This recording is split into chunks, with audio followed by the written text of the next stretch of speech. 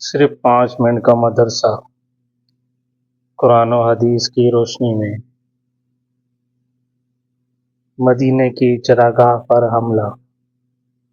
جب مسلمان اپنے دین و ایمان کی حفاظت کے لیے ہجرت کر کے مدینہ چلے گئے اور خوشگوار ماحول میں لوگوں کو اسلام کی دعوت دینی شروع کی، لوگ اسلام میں داخل ہونے لگے۔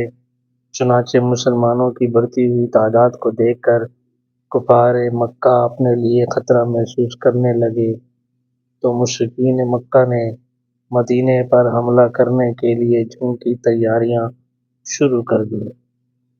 ادھر مسلمان مدینے میں امن و سکون سے رہنا چاہتے تھے، لیکن مشرکین مکہ جنگ کرنے کے لیے اہل مدینہ سے چھیڑ خانی کرتے رہے۔ چنانچہ قریشی سردار قرظ بن جابر پیری مدینے کی چراگاہ پر حملہ کر کے 100 اونٹ لے کے بھاگا اور جنگ کی تیاری کے لیے مکہ کے تمام لوگوں نے سرمایہ لگا کر ایک تجارتی قافلہ ملک شام روانہ کیا تاکہ اس کے نفع سے جنگی ساز و سامان خرید کر مسلمانوں سے فیصلہ کن جنگ لڑ سکیں۔